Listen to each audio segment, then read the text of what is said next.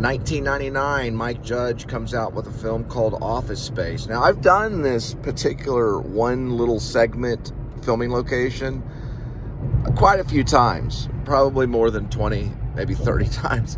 It's funny because I'm watching Jordan the Lion's, or I was watching Jordan the Lion's Office Space where he went to Austin. He did it then and now rather than filming locations. A lot of times they do filming locations rather than then and now.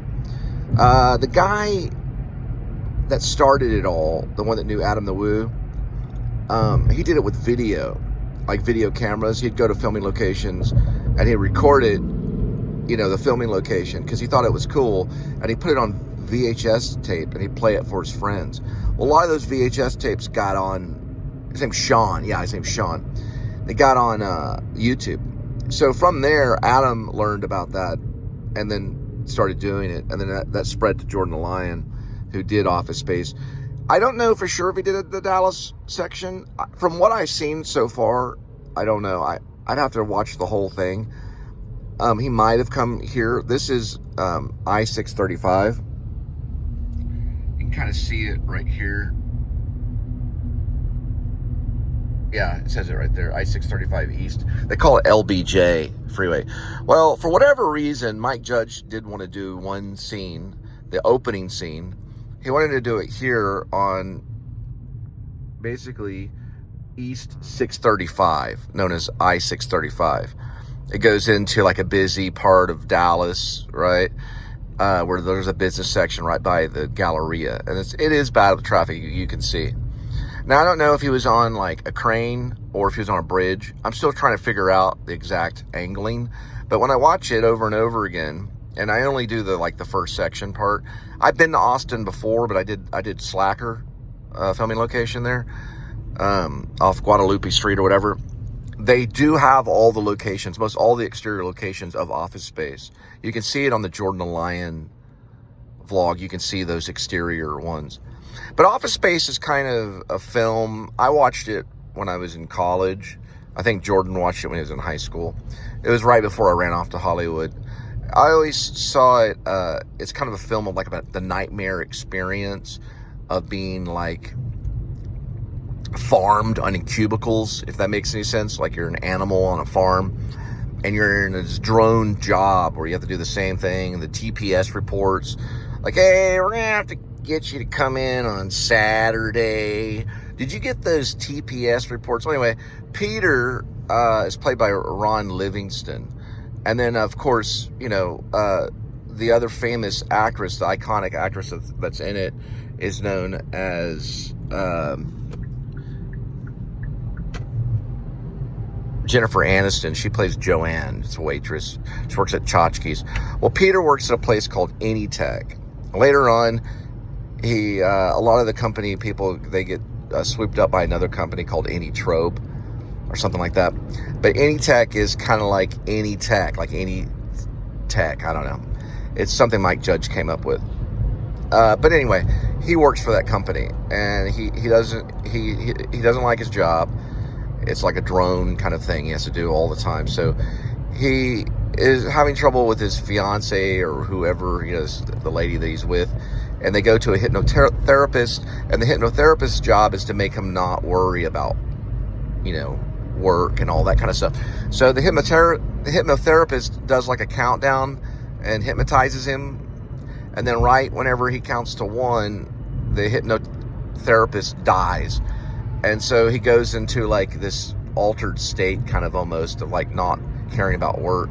So it's Saturday comes up, and he's supposed to come in on Saturday, but he doesn't. He just lays in bed, doesn't care.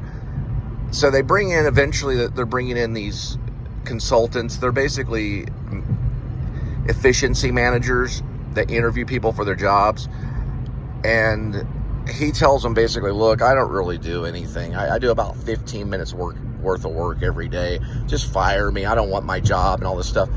So he doesn't care. And so, you know, they're like, they promote him, and then they fire all his friends.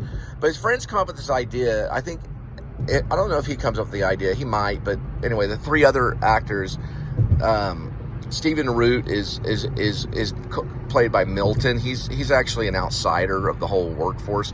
He was supposed to be let go a long time ago, but because of a payroll glitch, he still gets his money, and they keep him in the basement with a swing line red stapler. His other friend, he's not really anybody's friend. Milton's not. It's based on a bunch of short animation called Milton that Mike Judge came up with, because this is his first attempt, or it was his first attempt at live action.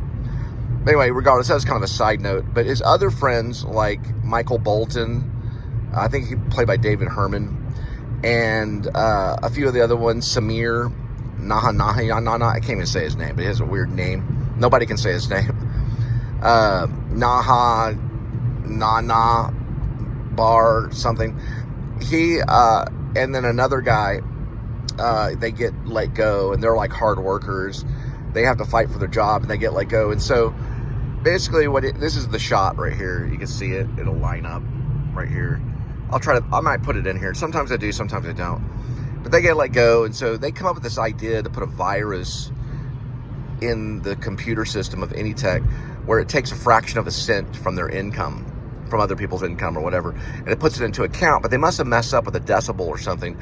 The next thing you know, or decimal, or is it decibel? Decimal, yeah, a decimal. And so it goes like crazy haywire, and they have $300,000. So Peter Gibbons, who later eventually meets Joanne, which is Tchotchke's waitress, who hates her drone job too. Eventually, she basically, he feels bad and sends a letter to the company and gets all these traveler checks to pay back the money that they took. And so what ends up happening is Milton, who is kept in the basement and wants a swing line stapler,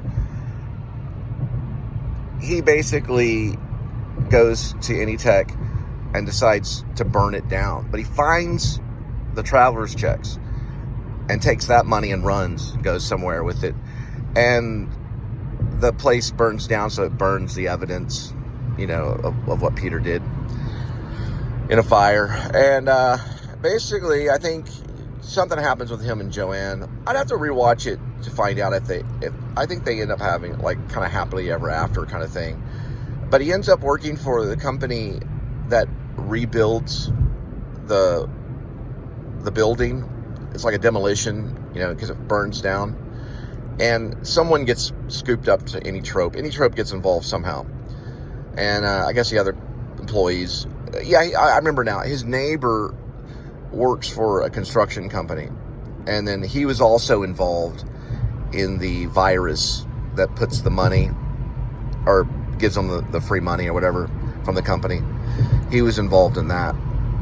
And so he gets him the job as a construction company at the end. So he ends up working in construction at the end.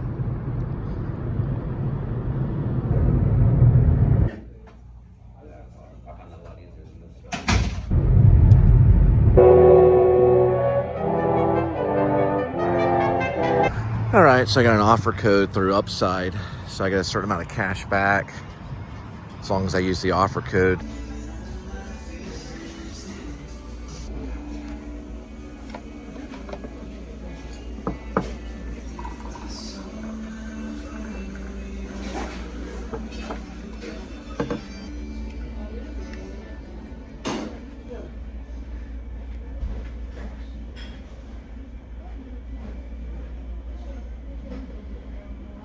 So I got the receipt, and I got $2.47 back on the meal. So I got like a quick 2 and got almost $3 back. Dang, I never been paid to eat before. That's pretty cool. Upside. So they make money because more people will do it, and then they make money. It's like an advertisement. Upside. I paid, with the tip and everything, $17, I think, roughly that. And they gave me immediately back $2.47. It goes right onto the Upside account.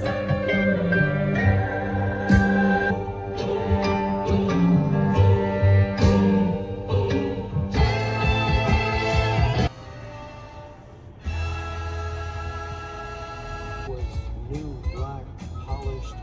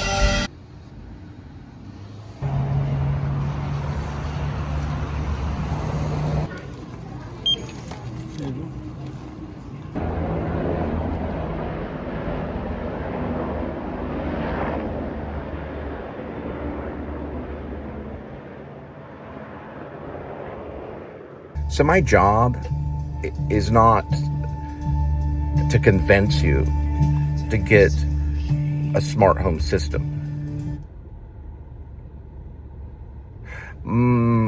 This is the last ditch effort to get you the discount on the new homeowners program.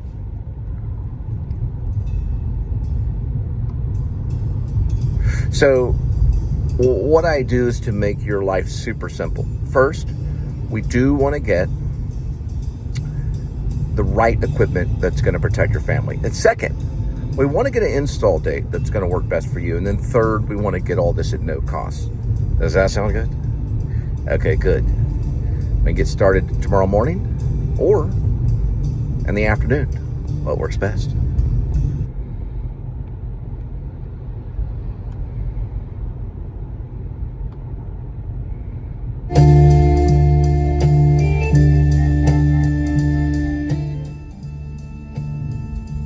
So you're saying tomorrow afternoon?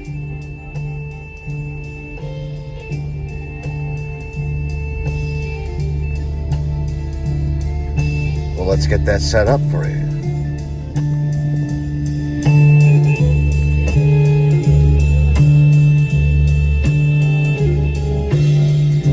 Sound good?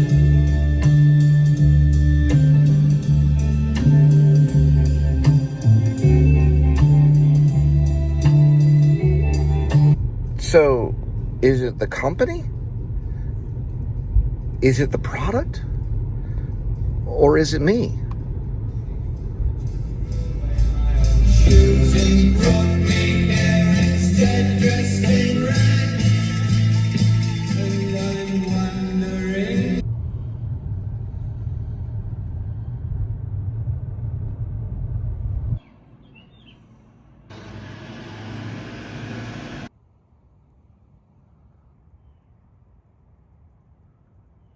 There at that door, I heard a rattle somewhere in there. Not for sure. It sounded kind of like a rattle or a hiss. But it was somewhere in there. Somewhere around there. Closer to where that door is. And there's a hole right there. Big old hole. Boy, I tell you what, man. I don't know. They may have to be careful, though. Where are they from? Yeah, they're the Texas plates, it looks like. Yeah, it went like... It was crazy.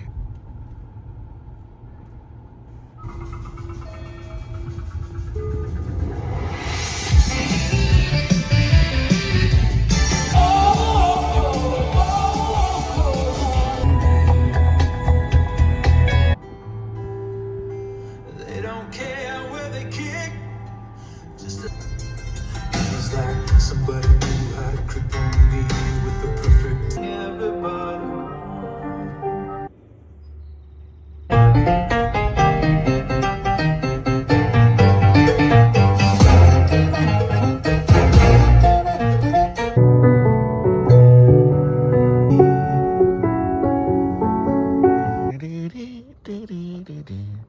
It is a missing kitty. 17 years of age. As they may see, here's to the hearts that ache. Here's to the mess we made. Here's to the fools who dream, crazy as they may seem. Like, this is the third time that you guys have come by, and we don't want your services. And there's not a spark inside. What a waste of lovely life. You say there's nothing here.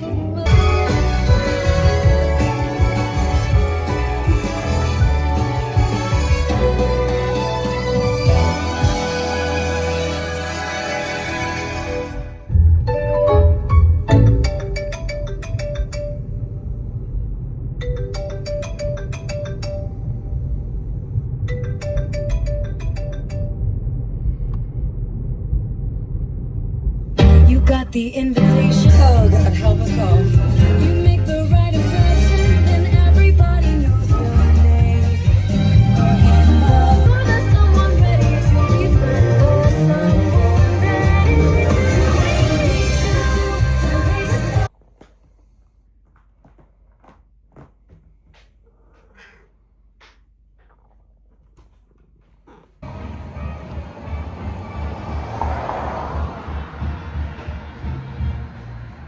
We go. Today's kitty. 1 kitty, 9 lives. Each cat life has a number. Numbers 1 through 9. Swirl cat food. Pick a cat food. Today's kitty will be having Shiba with sustainable tuna. I'll be having ramen. All right, kitty, let's go. Little kitty, little kitty, little kitty, I love you. Little kitty, little kitty. What will tomorrow's kitty be?